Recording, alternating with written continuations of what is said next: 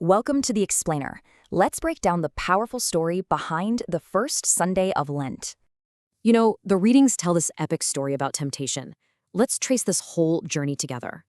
All right, our story kicks off right in Genesis with the very first man and woman. Just one act of disobedience, and boom, sin enters the world, changing everything for humanity.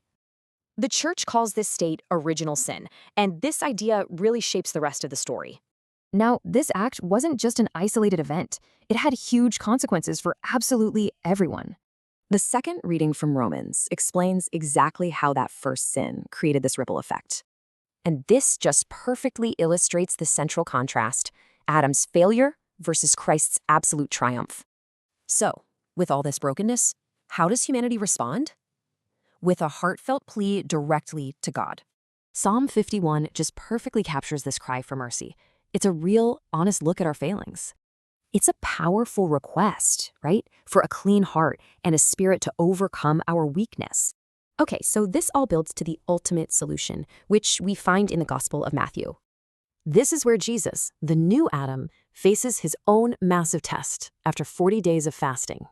The devil hits him with a threefold temptation, and it mirrors humanity's deepest struggles. To the temptation of just physical hunger, Jesus responds with a much deeper spiritual truth.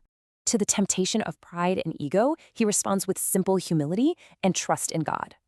And for the temptation of worldly power, he responds with nothing but ultimate devotion. So here's the key part. This ancient victory applies directly to our lives right now.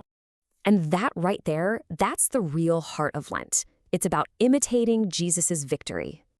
And we're given 3 classic, powerful tools to help us on this journey. See, these practices help train our hearts and minds for our own personal spiritual battles. So this Lenten season, the question these readings ask us is, what does that victory look like for you?